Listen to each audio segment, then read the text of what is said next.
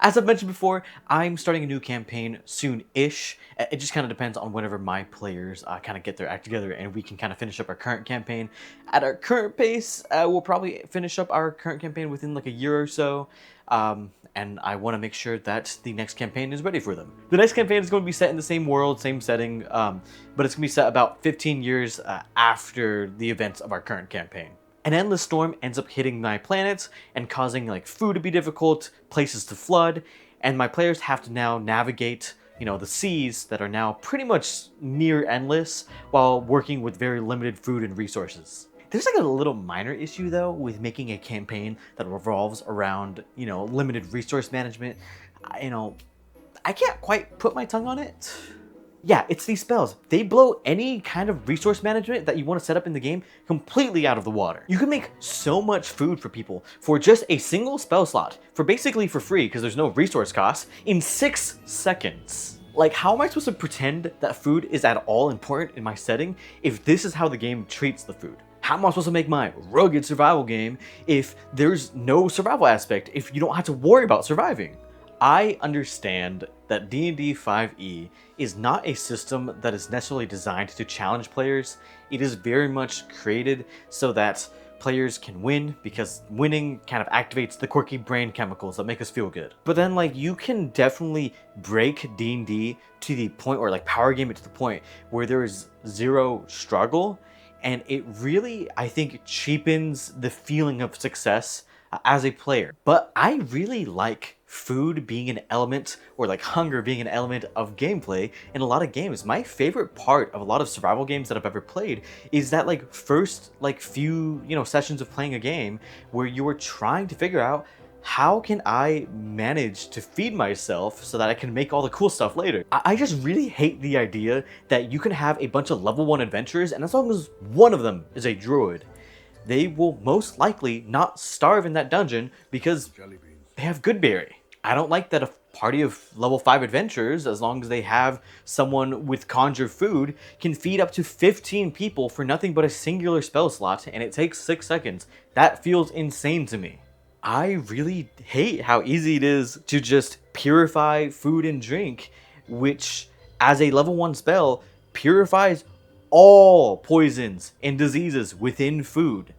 All. Lesser Restoration, which is a 2nd level spell, can cure a single condition from a living creature. And I know there's a difference between living and the food, but it feels weird that you could basically almost never poison a king, or a king could never get poisoned by their food or something, or no one ever gets poisoned by their food, as long as you have a cleric around.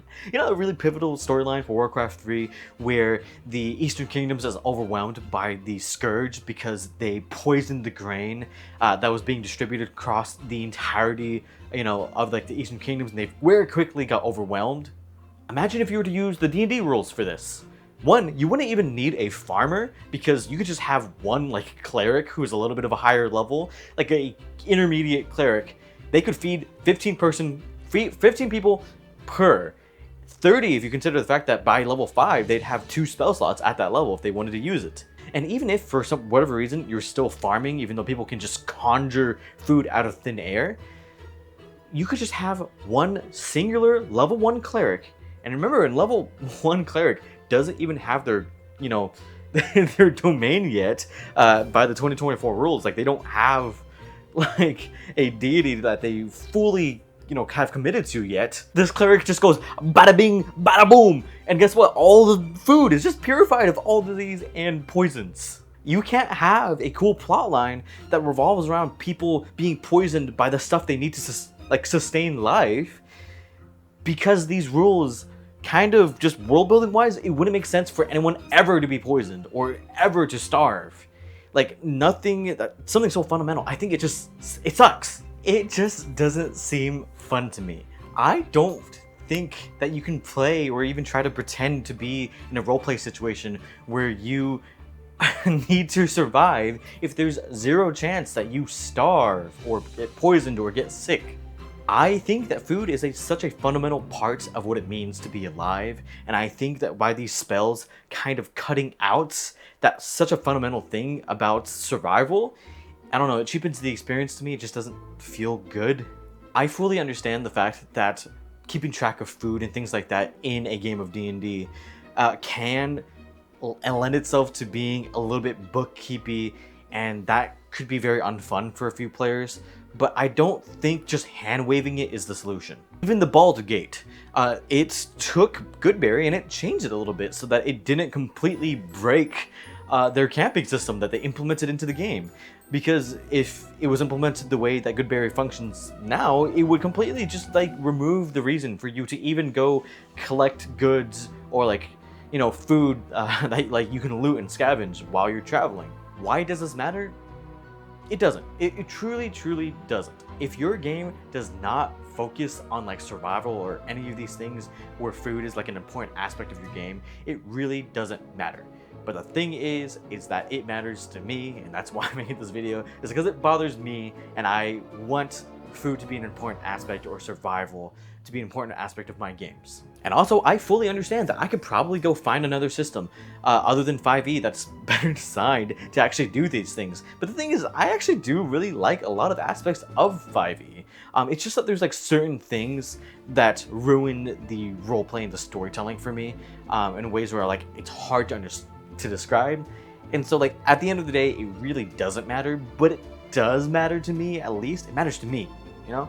So what are my actual fixes? In a similar way to what my problems with Revivify are, it's just that the costs very much don't match up to what I think the spell does. The cost is so minuscule for something that effectively minimizes just all gameplay of a certain, you know, roleplay element in a world. So simply just make it cost something. A really simple fix for GoodBerry is in its material cost, it's a sprig of mistletoe.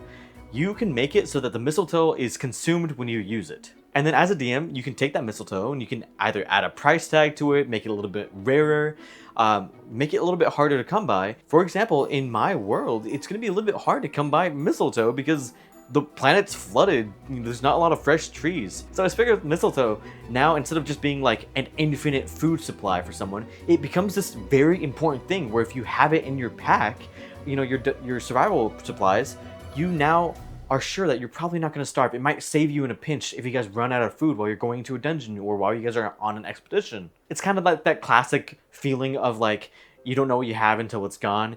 By making this thing a little bit more scarce to come by, like this food source, suddenly all the survival aspects of the world seem a little bit more important to your player characters this way. I think the same way that I mentioned in my food and world building video is that a lot of food and culture are kind of developed out of struggle, and by adjusting these spells, you can make sure that there's no like world building versus like gameplay reason of like that disconnect of why in the world would there ever be struggle or famine in this world if people could just conjure everything. And then conjure food and water.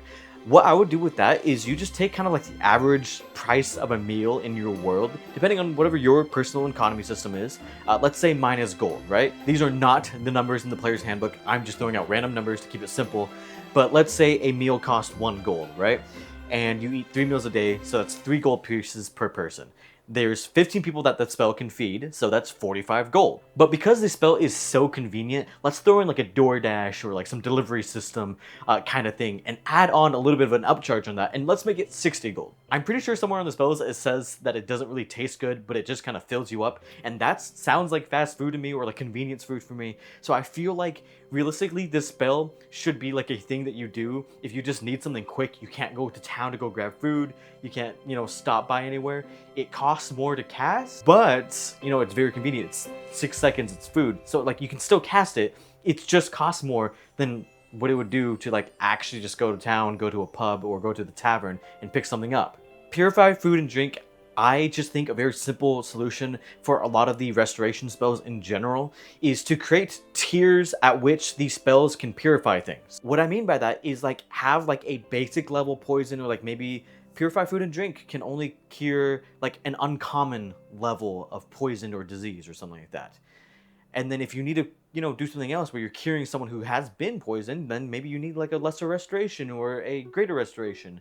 I just don't think that the wording where it says all diseases and poisons sits right with me. I also just really like the fantasy, or even not the fantasy trope, but of like, you know, poisoning a king or something. How can you justify that happening if someone if you could have like 3 levels of people purifying the food just to double check that there's no, you know, spies inside of a group. As long as one person purifies it, they purify everything. But with these rules, as long as it's adjusted, you know, people can still get sick. People can still, you know, get poisoned by basic things. If it's like missed for whatever reason, like someone could be using instead of an uncommon, like a slightly rare poison that's a little bit stronger and harder to get removed by a spell of that level, you know? I have like a similar thing with just like disease and like restoration spells in general, and how some classes and races just get immune to things that I feel like they shouldn't get immune to. I don't really like that paladins are just, or like paladins, or like, is it monks, like are immune to like certain poisons and things like that. I think like even in a great show like like I watched Frieren recently, Frieren still gets sick, and I think even though she's like the greatest, you know, mage, she gets sick, and I think that is very humbling for any character. They should not be immune to things. Food should really feel important in the game. It doesn't have to be bookkeeping. You can do it bookkeeping if your players like doing the bookkeeping type of thing, but you really could just like throw in an aspect to your players, like each, you know, session, be like, oh, how are you guys going to gather your food this session?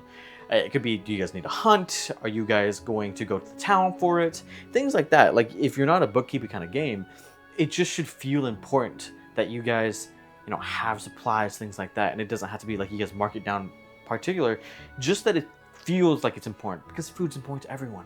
I do have one last thing that I'm very deeply considering putting into my home game for my next campaign, based on the fact that I really want to have this game feel like food is important and resources are slim, and it's gritty realism.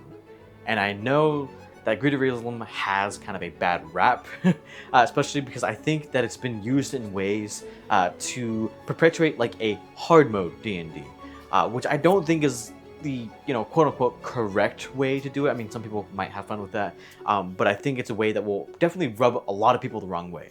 Once I finally actually started reading into how gritty realism worked, I realized it's a fantastic tool to actually slow down the narrative of your game. It takes time frames and it just stretches them out a little. I think the rule set is actually really bad for games with a very high combat focus. If it's a high combat focus where your players are constantly fighting every single session, or even just like getting into combat every single day, not a great rule set. It feels extremely punishing for that.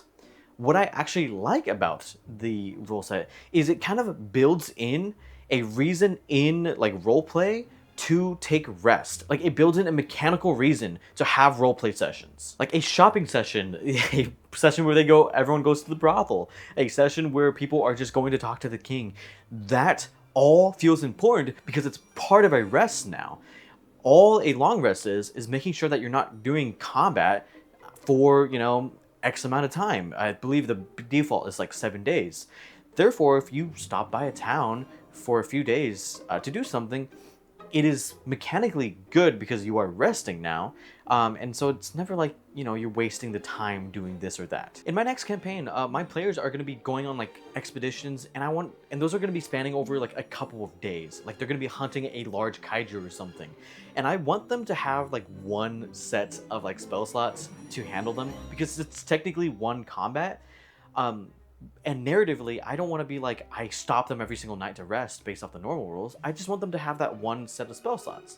So even though, you know, it's a couple days pass, in world, it's one singular combat. So I think at the actual table, I'm going to be making sure that pacing wise, it still feels like our current, you know, campaign, where it's like combat day after day, but instead of like day after day, it's more like week after week, you know? And that way, when they do these long expeditions, they go back to town or they go back to port or somewhere, because it's like a big sea world.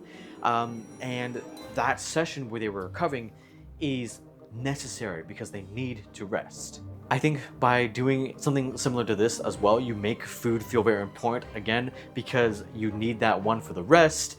And also, you can't just waste those very limited spell slots now, because they don't come back every single day, on something as simple as a GoodBerry. You want to save a GoodBerry if it's absolutely necessary. Like your team will not survive the next day, or like they will get exhausted the next day if they don't get food now, especially when you've been on like a 6-day expedition. I think by lessening the amount of food, like spell slots, you're gonna be a lot more careful about gathering food, not using your, your very precious spell slots to conjure things. Okay, thank you so much for watching. I just kind of wanted to rant about food and spell slots and what you can do to make a campaign just feel a little bit more, not gritty, but like survival is an important aspect of the game. Okay, the camera shut off because it ran out of battery. I charged it real quick. But if you guys have ever experienced anything, please leave it in the comments below. And thank you so much for watching. I want to hear about it in the comments. Thank you. Bye.